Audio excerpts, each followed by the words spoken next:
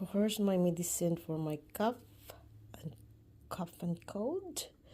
It's a fermented garlic with honey. I've been fermented it for like 3 months already. So I'm going to get 2 or 3 pieces of garlic cloves. If it's big, I take 2, but if it's small, I need 3. So there we go with honey too. Okie dokie, and I'm going to eat it. Here's my water ready to